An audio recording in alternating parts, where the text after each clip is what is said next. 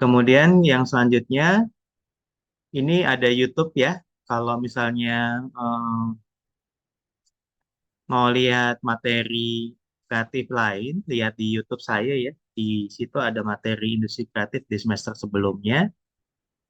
Silakan di situ atau nanti ada tugas tentang itu ya, tentang industri kreatif eh, yang ada di ini apa? Yang ada di Nah, kita coba membahas tentang ekonomi kreatif, tapi sebelum masuk ekonomi kreatif, saya akan cerita dulu tentang kondisi Indonesia sekarang ya, Indonesia saat ini. Eh, kita akan diskusi, mohon masukan untuk diskusinya. Kalau ada yang tahu, silakan menjawab ya. Ya, kita bicara dulu tentang yang lagi ngetren kemarin namanya hilirisasi dan ketimpangan di Indonesia. Eh, jadi siapa yang diuntungkan dengan adanya hilirisasi? Kalau hilirisasi pada paham nggak artinya apa? Ada yang ngerti nggak?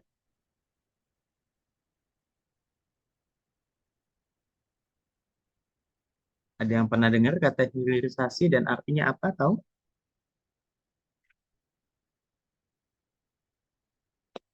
Jadi contoh paling bisa dipahaminya hilirisasi itu negara tidak lagi menjual bahan mentah ya, tapi diolah dulu, kemudian nanti akan dijual sebagai bahan jadi begitu ya.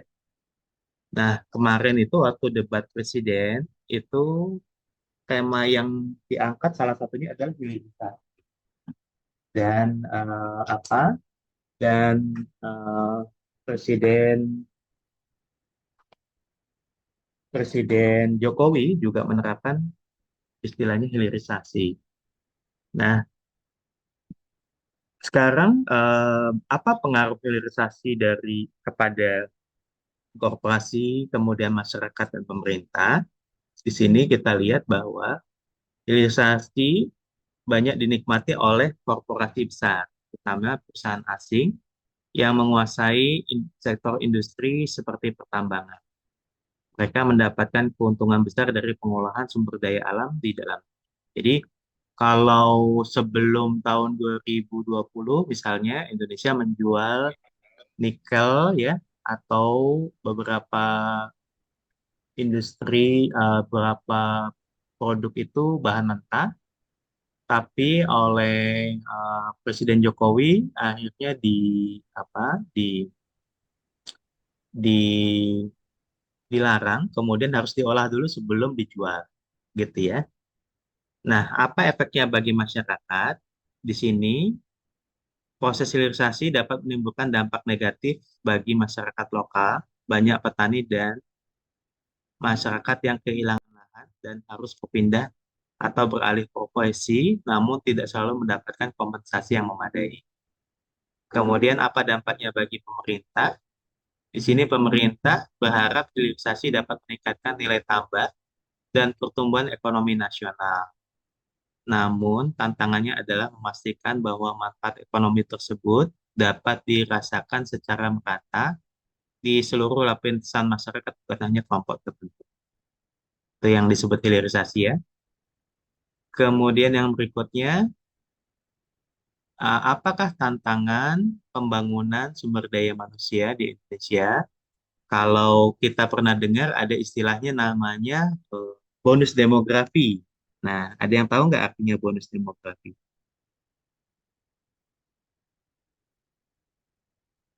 Ada yang tahu? Ada yang bisa? Eh, Bonus demografi itu ini ya Pak, kayak jumlah angkatan produktif suatu negara itu lebih banyak daripada yang non produktif, itu setahu saya Pak. Iya, betul ya, Nur Aini. Jadi jumlah SDM yang produktif lebih banyak daripada yang tidak produktif, gitu ya. Dan Indonesia termasuk negara dengan jumlah penduduk produktif yang tinggi, dan uniknya sebuah negara itu cuma punya satu kali kesempatan untuk mendapatkan bonus demografi. Jadi kalau Indonesia ini gagal mengelola SDM-nya sampai targetnya katanya sih tahun 2045, itu artinya nanti Indonesia akan tetap menjadi negara terbelakang atau negara berkembang, tidak bisa menjadi negara maju. Contoh banyak negara yang terjebak di dalam apa namanya di dalam kategori negara berkembang dan tidak maju. Contohnya ya adalah kalau di Amerika Selatan misalnya di Brazil, Argentina, Chili dan sebagainya. Kalau di Asia Tenggara, contohnya itu adalah di Thailand. Ya, Thailand itu adalah negara dengan eh, pertumbuhan ekonomi yang stabil, kemudian dia harusnya bisa jadi negara maju, tapi karena satu dan lain hal akhirnya tidak bisa memanfaatkan bonus demografinya, akhirnya Thailand terjebak di negara yang masih berkembang seperti Indonesia. Nah, Indonesia itu sebetulnya punya potensi menjadi negara maju asal bisa menggunakan bonus demografinya, gitu ya. Nah, untuk itulah maka tantangan pembangunan SDM di negara adalah dengan cara satu, mengidentifikasi potensi, yaitu langkah awal dalam pengembangan SDM adalah mengidentifikasi potensi dan kekuatan yang dimiliki oleh sumber daya di Indonesia. Hal ini penting untuk mengarahkan upaya peningkatan kapabilitas yang tepat sasaran, gitu ya. Nah, jadi artinya kalau misalnya nanti Indonesia mampu melihat potensi yang ada di SDM Indonesia, maka harapannya Indonesia menjadi negara maju di tahun 2000, paling tidak di tahun 2045, gitu ya. 2045 kalian umur berapa ya? Sekarang umurnya pada berapa nih? 20, kalau sekarang 20 berarti 2045 berapa umur? Hmm, berapa tahun lagi 2045 tuh ya? 2024, 2045, 2024, 21 tahun lagi, 41. Ya, jadi kalian adalah nanti orang yang memimpin. Nah, memimpin negara ini di tahun 2045 karena umurnya masih 41 ya, masih muda banget ya, masih produktif banget. Kemudian yang kedua adalah peningkatan kualitas. Selanjutnya diperlukan investasi dalam bidang pendidikan, pelatihan, pengembangan kompetensi untuk meningkatkan kualitas SDM agar mampu bersaing di era global dan mendukung transformasi ekonomi. Jadi kalau misalnya sekarang udah S1, usahakan bisa S2 misalnya. Kalau sudah S2, usahakan bisa S3.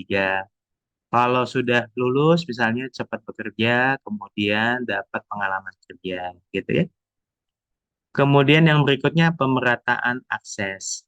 Tantangan lainnya adalah memastikan pemerataan akses terhadap pendidikan, pelatihan berkualitas di seluruh wilayah Indonesia. Hal ini penting untuk mengurangi kesenjangan antara daerah dan memberikan kesempatan yang sama bagi seluruh masyarakat. Nah, pertanyaannya, benarkah akses di Indonesia itu tidak merata? Ada yang bisa dibantu jawab? Pendapat kalian gimana? Apakah betul bahwa SDM di Indonesia tidak merata apa namanya kesempatan?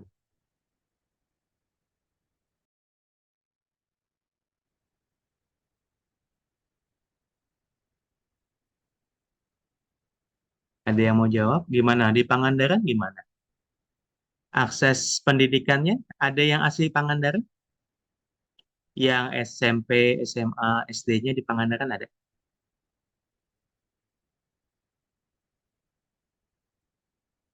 Intan, Intan Pangandaran atau di Bandung?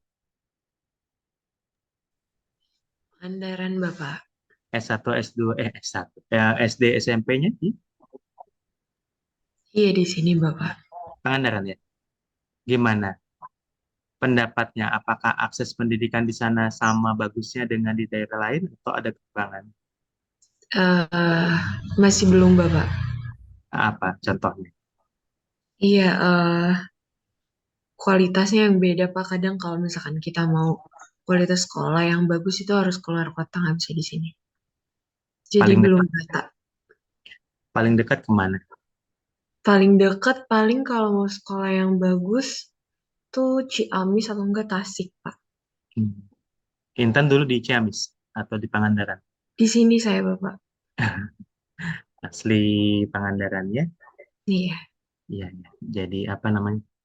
Local pride. Local pride. Oke, tapi kata Intan memang belum ya pendataan.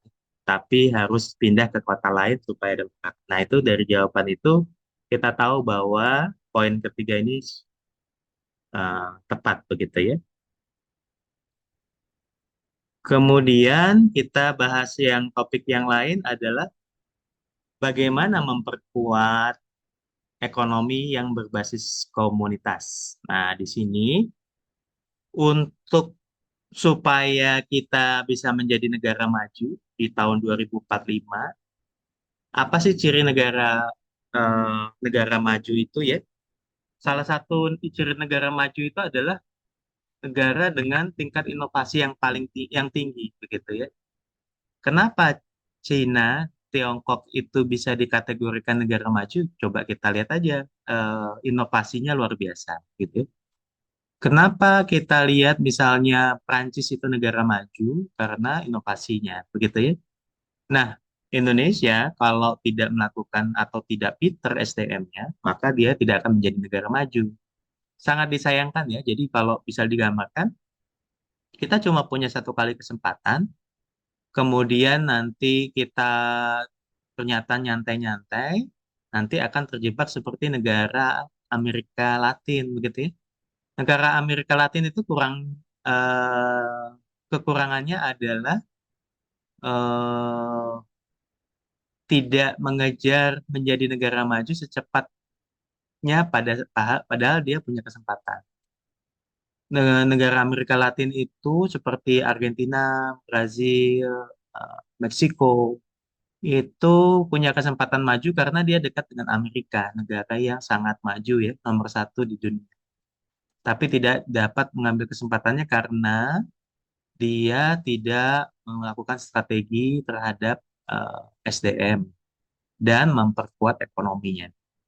Dan bagaimana membuat ekonominya menjadi negara maju? Yang pertama adalah pemberdayaan UKM. Jadi mendorong pertumbuhan UKM melalui akses permodalan, pelatihan, pendampingan. Hal ini menciptakan lapangan kerja dan meningkatkan kesejahteraan masyarakat. Kemudian yang kedua adalah pengembangan ekonomi kreatif. Nah, yang kita bahas ini ya, pengembangan ekonomi kreatif. Jadi, memanfaatkan potensi kekayaan budaya dan kreativitas masyarakat untuk mengembangkan industri kreatif. Ini dapat menciptakan nilai tambah ekonomi sekaligus melestarikan warisan budaya. Itu yang kedua ya. Dan yang ketiga adalah digitalisasi sektor informal, yaitu mendorong transformasi digital di sektor informal seperti perdagangan, jasa, pertanian, di mana hal ini akan meningkatkan produktivitas dan daya saing pelaku usaha skala kecil. Nah, jadi diingat-ingat bahwa selain meningkatkan SDM, untuk bisa bersaing, kita juga harus memperkuat ekonomi berbasis komunitas. Nah, kalau bahasan ekonomi yang sedang marak sekarang adalah Indonesia adalah negara dengan tingkat utang yang paling tinggi di dunia, katanya begitu ya. Utangnya tinggi, tapi sebetulnya Indonesia, kalau menurut penjelasan Ibu Menteri Sri Mulyani, cuma memiliki hutang sebesar 30% maksimal dari nilai anggaran pendapatan dan belanja negaranya, APBN. Artinya apa? Indonesia sebetulnya masuk kategori yang sehat untuk pengelolaannya. Kalau kalian belum tahu atau lupa ya, sebenarnya Indonesia mengalami banyak krisis ekonomi ya, 1998, 2008, 2012, dan seterusnya ya. Dan yang paling membuat Indonesia menjadi terpuruk terpuruk adalah krisis ekonomi 1998. Pada saat krisis ekonomi 1998, Indonesia nilai rupiahnya eh, anjlok ya, jatuh ya. Dulu pada saat zaman Orde Baru tahun 1998, satu dolar itu 2.500. Kemudian pada saat krisis ekonomi ini jatuh sampai 14.000. Satu rupiah menjadi eh, satu rupiah yang tadinya 1 dolar US itu tadinya 2.500, kemudian 1 US dollar itu menjadi 14.000 pada zaman Orde Baru. Hal itu mengakibatkan terjadinya krisis ekonomi, bukan cuma ekonomi tapi juga krisis politik. Krisis politik itu ditandai dengan berhentinya Presiden Soeharto ya pada saat itu. Jadi kalian belum lahir kalian 98 ini. Kemudian pada tahun 2008 Indonesia mengalami dunia ya. 98 itu dunia ya. 2008 dunia juga mengalami krisis yang terjadi di Amerika berupa krisis properti ya, properti di mana pada saat itu dunia juga mengalami inflasi besar ya. Tapi Indonesia karena memang sudah belajar dari pengalaman 98 dan kehebatan dari pengelolaan keuangannya, Indonesia tidak mengalami krisis. Artinya dolar masih di kisaran yang sesuai dengan eh, semestinya begitu ya. Dan pada tahun 2012 juga kembali terjadi krisis ekonomi dan Indonesia tidak begitu terasa. Dan pada saat COVID 2020 sampai 2021 terjadi krisis kembali ya, di mana krisisnya bukan cuma krisis bidang ekonomi tapi di bidang kesehatan dan lain. Dan Indonesia bisa melalui itu. Jadi dari gambaran itu kita bisa lihat bahwa Indonesia sebetulnya punya peluang menjadi negara maju. Nah, gitu ya. Percaya nggak Indonesia bakal jadi negara maju? Itu pertanyaannya. Apakah kalian sadar nggak bahwa kalau kita menjadi negara maju, Indonesia itu akan seperti negara misalnya Finlandia atau Belanda atau sekarang Cina, gitu ya. Nah, di situ kita lihat bahwa untuk menjadi syarat negara maju itu semua pihak harus bekerja sama, begitu ya. Dan apa ya? Dan Indonesia ini punya peluang menjadi negara maju karena pertumbuhannya itu pada periode zamannya Presiden Jokowi itu di kisaran 4-5% pertumbuhan ekonominya. Untuk syarat menjadi negara maju minimal adalah 7%. Artinya sedikit lagi Indonesia kalau misalnya bisa menjaga pertumbuhan ekonominya, maka Indonesia akan masuk ke dalam kategori negara maju. Cuma untuk mencapai 7% ini kan tidak mudah gitu ya. Dan Indonesia bisa mempertahankan 4-5% ini sudah mulai mendekati Malaysia, Thailand, Singapura, Singapura jauh ya. Mungkin Malaysia, Vietnam, dan Thailand yang memang pendapatan per kapitanya lebih tinggi dari Indonesia. Bersama dengan Filipina, Filipina adalah negara yang tingkat pertumbuhannya cukup tinggi di periode masa pemerintahan eh, yang sekarang ya, pemerintahan presiden yang sekarang. Artinya Indonesia dan Filipina punya peluang menjadi negara maju, tapi Indonesia karena memiliki bonus demografi, maka Indonesia punya peluang lebih besar. Masalahnya adalah SDM-nya sadar atau enggak gitu ya.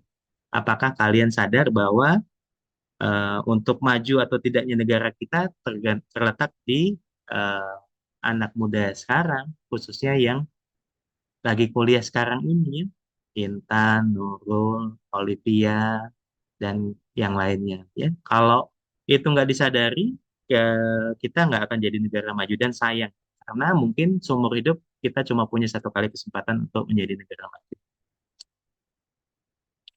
Kemudian yang berikutnya, bagaimana menyeimbangkan pembangunan yang ada di Indonesia? Tadi kan disampaikan bahwa eh, ternyata sampai sekarang ada kesan bahwa di tempat tertentu itu kesempatan lebih besar daripada tempat lain ya.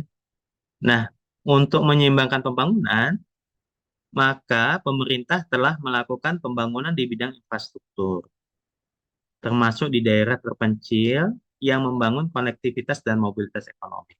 Sekarang pertanyaannya, kenapa sih Pak Jokowi, Presiden Indonesia itu ngebangun terus?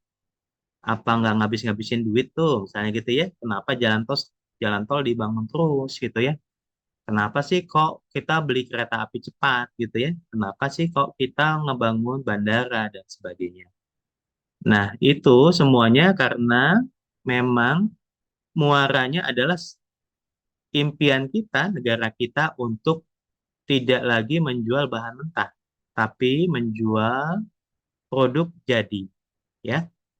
Produk jadi itu gimana ya? Artinya gini, kalau kita misalnya menjual kayu, itu misalnya harganya kita jual 100.000 satu batang pohon kayu kita jual 100.000. Tapi kalau kita olah dia jadi kursi, itu bisa 1 juta, misalnya gitu ya. Nah, kayu yang 100.000 menjadi 1 juta, kan artinya terjadi kenaikan 10 kalinya. Bisa dipahami ya, artinya Indonesia kalau misalnya bisa mengolah yang dia jual bukan bahan mentah, artinya Indonesia menjadi lebih dapat pendapatan lebih tinggi dibanding hanya menjual bahan mentah. Nah, impian dari pemerintah adalah menjual barang jadi dengan cara mengolahnya dulu kemudian dijual. Salah satu yang paling heboh tentu saja adalah nikel ya. Nikel itu adalah bahan tambang yang tadinya Indonesia adalah penyedia nikel tertinggi di dunia. Kenapa jadi menarik nikel ini? Kenapa kira-kira? Kenapa heboh dunia itu dengan nikel? Tahu ya nikel ya? Kalau pernah di SMA kan kita tahu ya waktu belajar kimia ada yang namanya nikel gitu ya.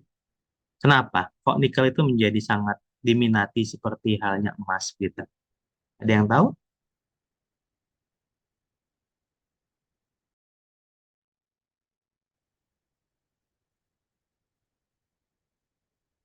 Kalau tahu nanti saya kasih nilai 80.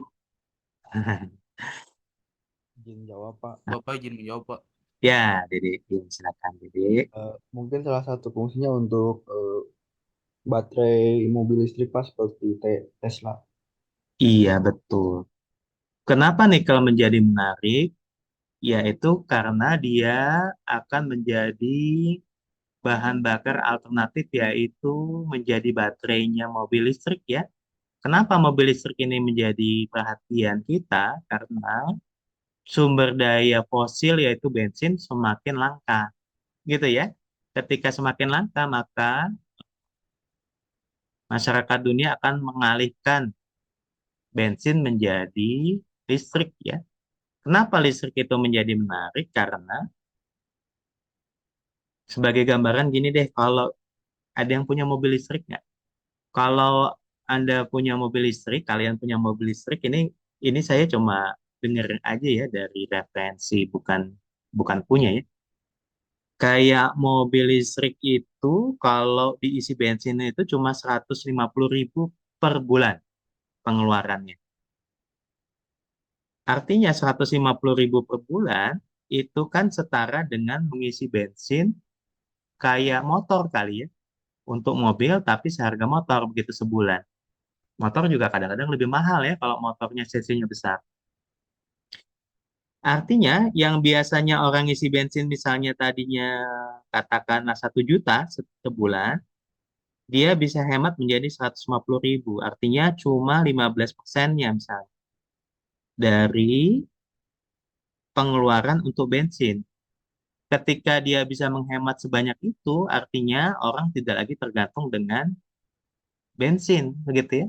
bensin boleh ada tapi sedikit aja karena memang sudah disimpan ke dalam baterai yang ada di mobil listrik, gitu ya.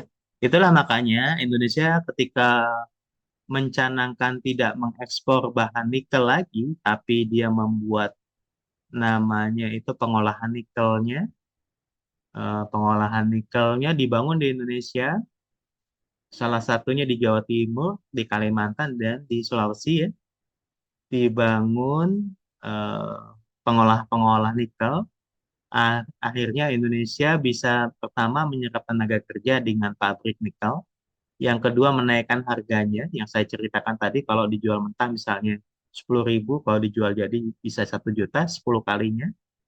Kemudian Indonesia juga bisa menjadi negara yang inovatif ya dengan tidak menjual bahan mentah, tapi diolah dulu gitu.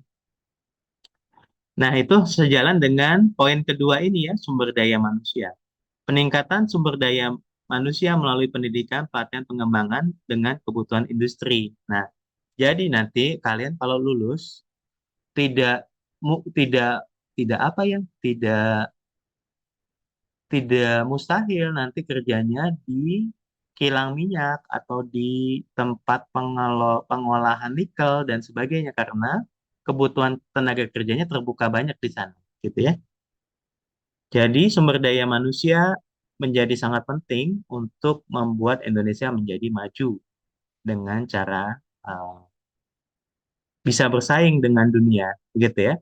Sebagai gambaran Indonesia termasuk dengan kategori kalau ini dari hasil survei ya, hasil survei yang saya lihat di sosial media ya, nggak tahu benar nggak tahu salah, tapi hasil survei mengatakan bahwa Indonesia termasuk dengan negara dengan minat baca yang paling rendah, literasi bacanya yang paling rendah. Artinya apa? Artinya Indonesia tidak bisa bersaing dengan orang Malaysia, tidak bisa bersaing dengan orang Filipina, tidak bisa bersaing dengan orang eh, Singapura, apalagi begitu ya. Kemudian yang kedua, Indonesia juga termasuk yang IQ-nya paling rendah di dunia katanya ya di survei tersebut. Rata-rata katanya 80 katanya. Nggak tahu benar nggak tahu nggak ya, tapi dari sisi eh, apa namanya IQ itu harus dibenahi supaya nanti Indonesia bisa bersaing dengan SDM negara lain. Konsekuensinya apa kalau Indonesia tidak bisa bersaing? Tentu saja banyak SDM dari negara lain akan datang ke Indonesia mencari pekerjaan. Kalau misalnya kalian nggak bisa bersaing, nanti kalah dengan SDM dari Filipina, dari Thailand, dan kemudian yang ketiga, perlunya inovasi teknologi, mendorong adopsi dan pengembangan teknologi terutama di sektor strategis untuk meningkatkan produktivitas, efisiensi, dan daya saing. Nah, sekarang kalau masih ada yang nanya, kenapa ya kok Presiden Jokowi itu ngebangun terus ini jalan tol, kemudian ngebangun smelter ya. Kalau pengolahan nikel atau bahan tambang itu namanya smelter. Smelter di Indonesia itu sejak dicanangkan tidak boleh diekspor mentah, jumlahnya sekarang overload, sangat banyak jumlah smelternya. Konsekuensinya adalah dia tidak punya bahan untuk diolah karena kebanyakan. Tapi sisi positifnya tentu saja adalah sumber daya manusia Indonesia diserap oleh smelter-smelter tersebut gitu ya. Coba nanti search ya smelter yang ada di Sulawesi, di Kalimantan, di Jawa Timur ya. Nah, itu nanti kalian nemukan bahwa banyak sumber daya SDM dari negara lain yang bekerja di smelter itu. Di smelter-smelter nikel itu sekarang Indonesia sedang mengandalkan SDM dari Cina, dari Tiongkok ya. Ketika SDM Tiongkok lebih maju, maka nanti sumber daya Indonesia jadi penonton aja. Gitu ya, itu yang harus diantisipasi ya. Dan tugas Anda sebagai eh, generasi penerus. Mudah-mudahan kita tidak jadi penonton ya. Kemudian langkah berikutnya adalah memetakan potensi ekonomi daerah. Kekayaan sumber daya alam di daerah yang ada di daerah itu melimpah mulai dari pertanian, perkebunan, perikanan, hingga pertambangan. Potensi ini perlu dimanfaatkan secara optimal dan berkelanjutan. Nah, artinya apa? Kalau misalnya kita bicara tentang Pangandaran, apa yang Anda bayangkan? Pangandaran itu bukan cuma sebuah tempat yang ada pantainya, tapi dia adalah lokasi ekonomi yang bisa dikembangkan dan membuat Indonesia menjadi negara maju. Nah, tapi apa yang bisa dikembangkan dari eh, Pangandaran? Apa coba? Ada yang punya ide? Pangandaran apa sih selain wisata yang bisa dikembangkan?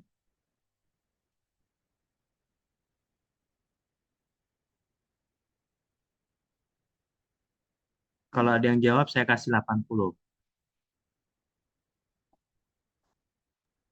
Perkebunan kelapanya, Bapak. Oh, Pak Rizka. Kenapa? Apa alasannya? Karena di sini Bapak perkebunan kelapanya tuh sangat melimpah, Pak. Hampir di setiap daerah tuh pasti ada perkebunan kelapanya gitu loh, Pak. Terus Dan di kekayaannya, beberapa tempat tuh masih dikelola secara sendiri gitu loh, Pak. Masih ya udah dikelola per rumah tangga masing-masing gitu loh, Pak. Dan itu tuh banyak juga yang karena nggak dikelola dengan baik, hasilnya tuh malah bikin rugi buat orang yang mempunyai pohon kelapanya gitu loh, Pak.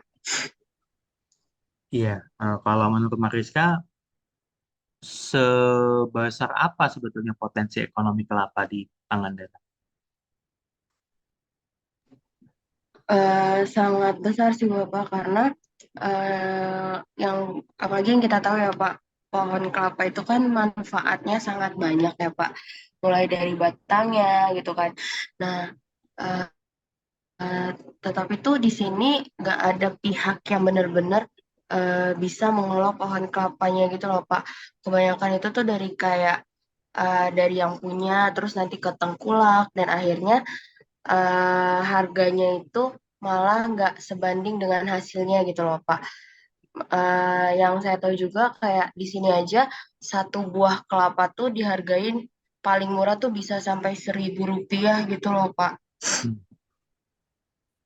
Padahal harusnya bisa sampai berapa? Padahal kalau kita di daerah kota gitu ya Pak, satu buah kelapa itu bisa mencapai 10 sampai 15.000 gitu Pak. Hmm, jadi distribusinya ya ke kota yang belum ada gitu kali ya? Iya, sebenarnya ada Pak, cuman kayak dikelola oleh orang-orang yang ibaratnya mafia-mafia kebun kelapa gitu loh Pak. Jadi dari mereka pun harganya sudah sangat turun drastis gitu loh Pak. Kayak tengkulak gitu ya? Iya Pengumpul benar gitu ya? Pak. Mm-mm, pengakuannya Terus gitu. apa upaya pemerintah? Upaya dari masyarakat apa supaya nggak gitu, nggak digituin? Sebenarnya kemarin beberapa cara tuh dari kita mahasiswa tuh Pak pernah melakukan beberapa survei terus memang awalnya pengen diajukan ke pihak pemerintah terus balik lagi ternyata Pak karena para tengkulak ini sudah lama gitu Pak jadi posisinya itu sulit untuk digantikan atau digeser gitu loh Pak karena balik lagi ternyata orang-orang yang punya perkebunan ini pun beberapa sebagian besar tuh gak mau ribet gitu loh Pak. Jadi karena udah ada tengkulak ya udahlah pakai tengkulak aja. Padahal sebenarnya harga dari tengkulak ini menyiksa mereka gitu loh Bapak. Jadi udah lingkaran ya, lingkaran ling lingkaran kemiskinan gitu ya. Jadi muter lagi, nanti dibeli harga Iya betul murah. Bapak. Ya. Idenya gimana? Kalau kemarin ide kita tuh menyediakan wadah buat para petani kelapa ini Pak. Kalau kemarin saya surveinya itu terkait gula kelapa ya Pak. Jadi kita tuh jadi kita menyediakan wadah sebagai perantara dengan para pemasok kelapa gitu loh Pak.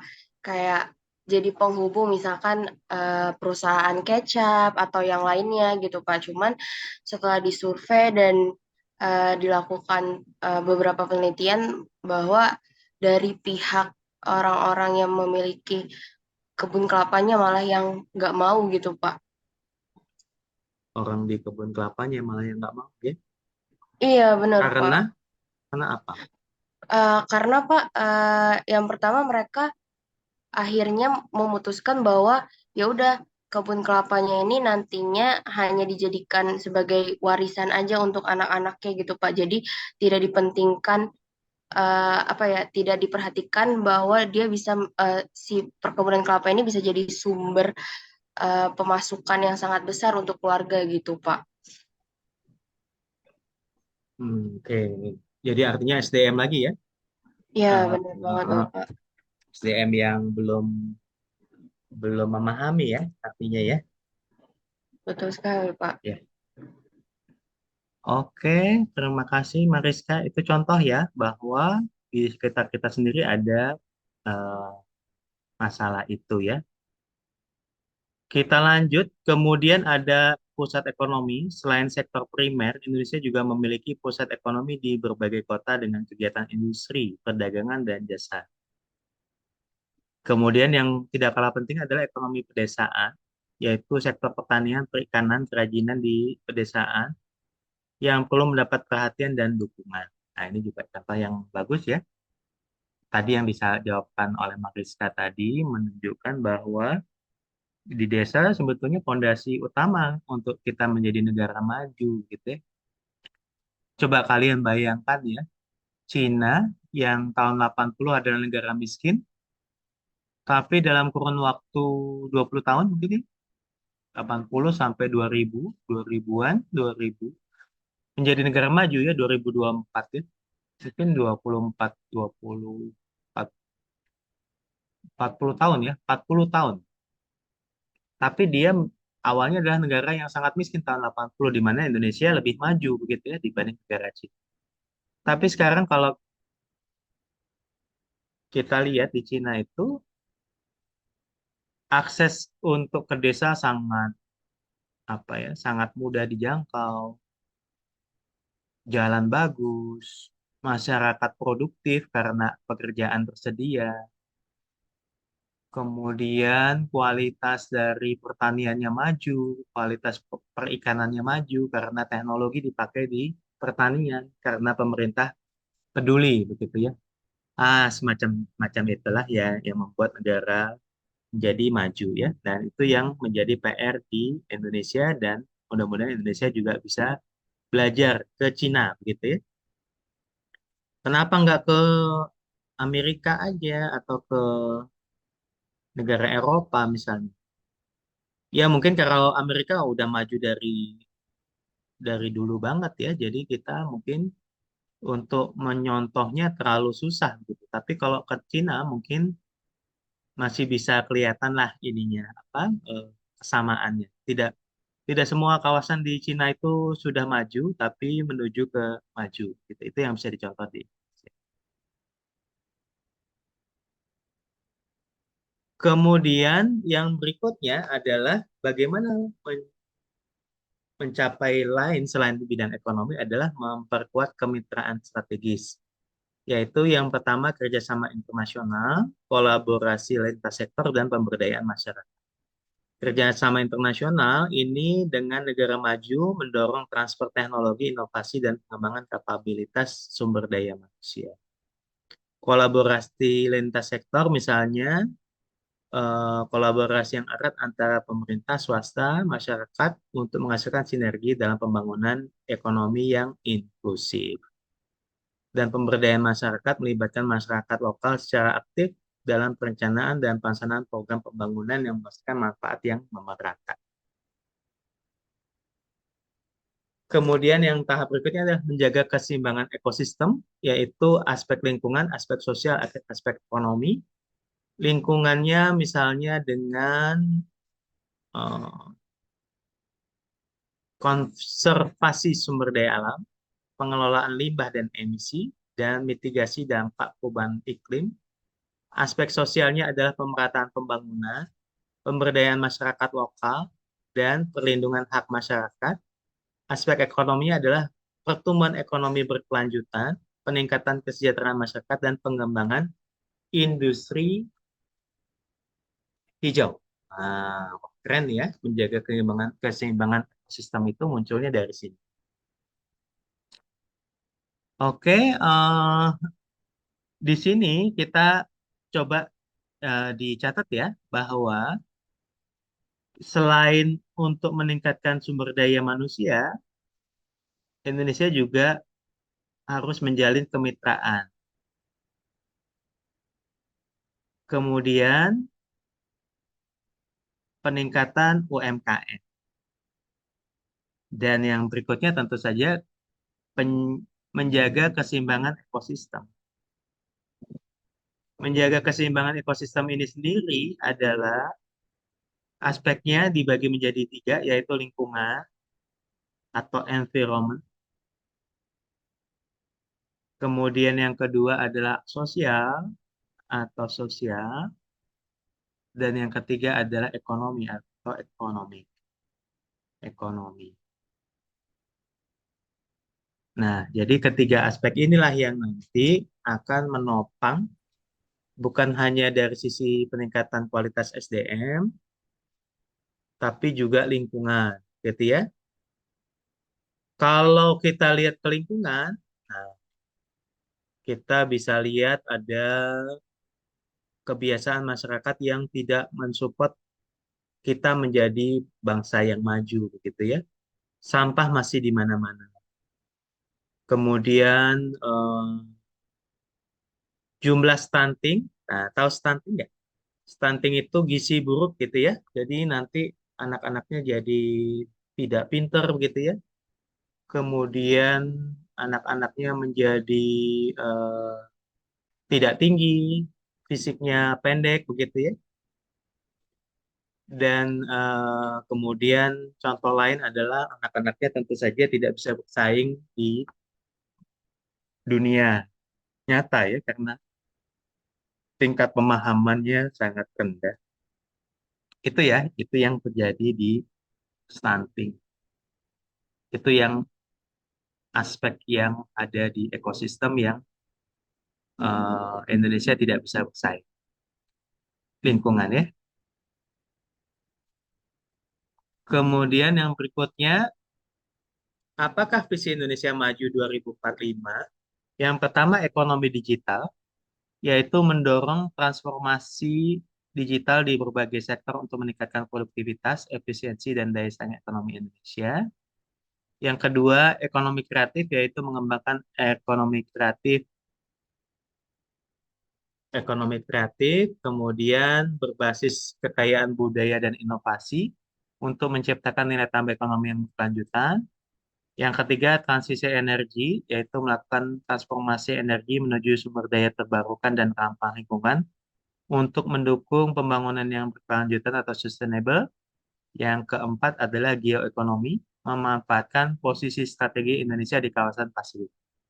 Nah, untuk mencapai ini kita melihat dari 4 aspek yaitu ekonomi digital, ekonomi kreatif, transisi energi, dan geoekonomi. Nah, itu pengantarnya ya sebagai apa? Pengantar menuju ekonomi kreatif yang akan kita bahas. Oke, kemudian kita ke eh, ini ya. Coba kita lihat video dulu.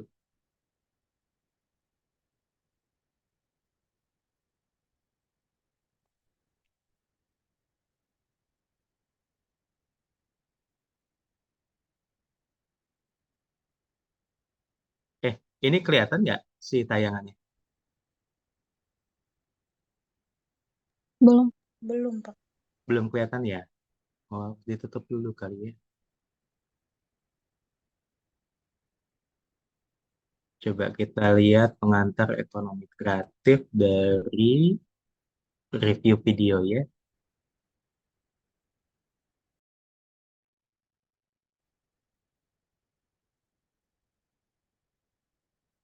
Oke, jadi ekonomi kreatif adalah pengembangan konsep berdasarkan modal kreativitas yang dapat berpotensi meningkatkan pertumbuhan ekonomi. Jadi contoh yang paling gampang itu ekonomi kreatif itu kayak apa ya? Kayak eh,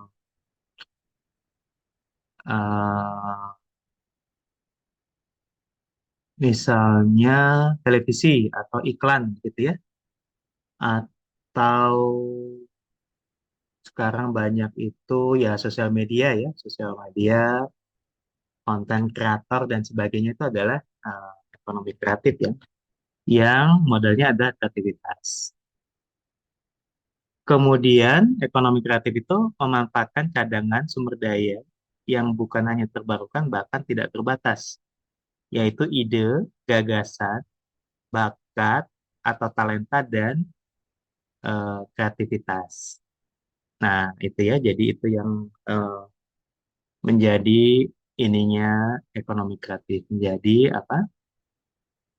eh, bahannya ya, bahan ekonomi kreatif. Jadi anak muda sekarang tuh memang banyak yang berminat bekerja di ekonomi kreatif ya, daripada kerja di kantor misalnya, tapi lebih baik di rumah misalnya bikin konten, konten kreator dan sebagainya itu salah satu aspek dari kreativitas karena apa namanya eh, sumber daya yang digunakan adalah sumber daya kreativitas dan semakin maju ya semakin hebat eh, anak anak muda itu untuk berkreasi ya.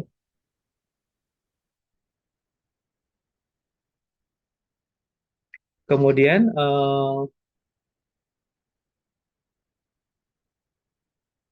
tantangan utama pengembangan ekonomi kreatif selama 10 tahun terakhir adalah bagaimana menilai dan mengukur kreativitas di level negara, provinsi atau kabupaten atau kota. Nah, sumbangan industri kreatif di Indonesia, ekonomi kreatif dan industri kreatif mulai tumbuh pada tahun 2006, di mana pertumbuhan ekonomi kreatif melampaui pertumbuhan ekonomi nasional. Jadi artinya ekonomi kreatif, kalau dihitung dari sektor ekonomi kreatif, ternyata nilainya lebih tinggi daripada pertumbuhan ekonomi nasional. Misalnya ekonomi nasional bertumbuhnya 4%, misalnya. Ternyata dari sektor ekonomi kreatif 5%. Nah, contohnya begitu ya, itu yang mengapa ekonomi kreatif menjadi menjadi andalan Indonesia. Pertumbuhan ekonomi kreatif Indonesia pada tahun 2006 mencapai 7,3%. Sementara produk domestik bruto nasional hanya 5,6%. Kemudian selama kurun waktu 2002 sampai 2006, industri kreatif menyerap tenaga kerja sekitar 5,9 juta tenaga kerja yang memberikan devisa sebesar 81,5 triliun. Itu gede banget ya. Atau 9,13% dari ekspor nasional. Nah, jadi dia bukan hanya memberikan devisa, uangnya, uangnya yang dapat, tapi juga memberikan apa namanya ekspor ya, ekspor yang tinggi.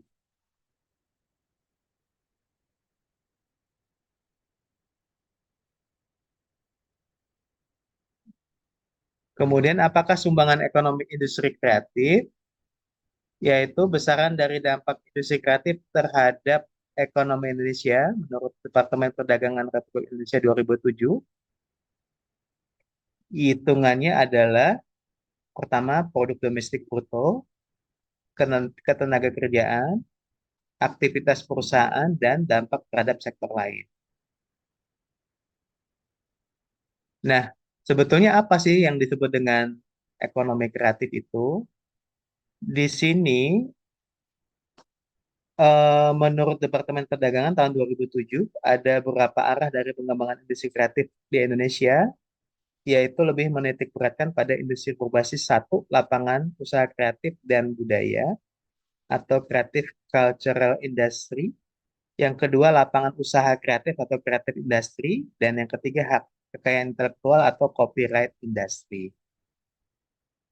Di sini kita lihat bahwa dampak ekonomi industri kreatif setidaknya mencakup 7 elemen ekonomi, yaitu kontribusi ekonomi, yang kedua bisnis, yang ketiga dampak sosial, yang keempat citra, yang kelima komunikasi, dan yang keenam inovasi dan kreativitas. Dan yang ketujuh identitas.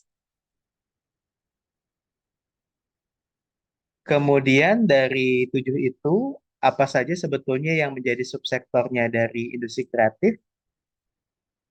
Kalau di tahun 2006 masih ada 15 subsektor ya.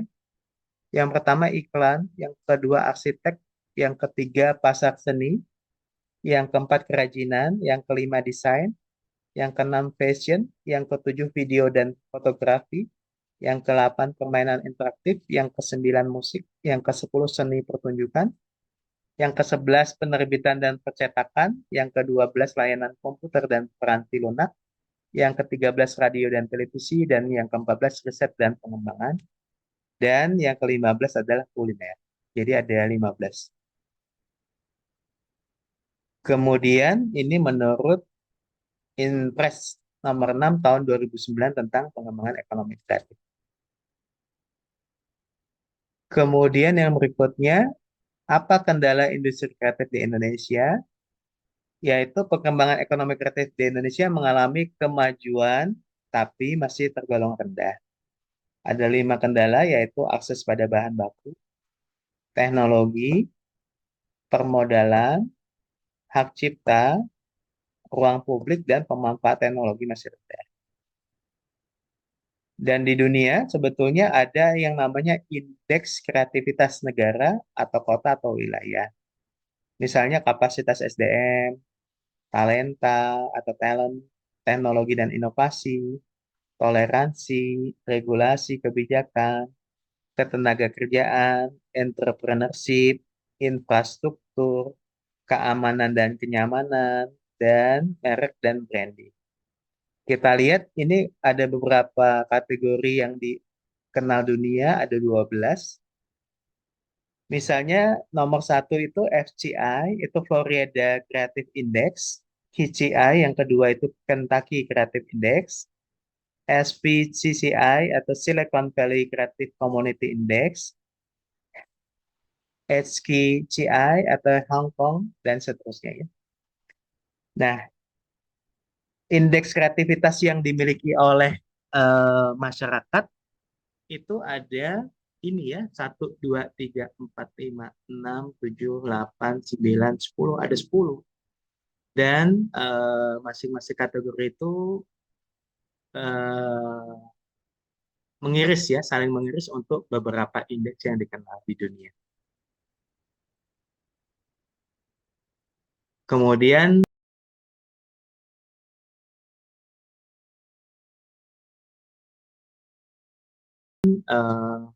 sebelum kita akan bahas bagaimana Kota Bandung. Tapi sebelumnya mungkin kita bisa diskusi dulu tentang ekonomi kreatif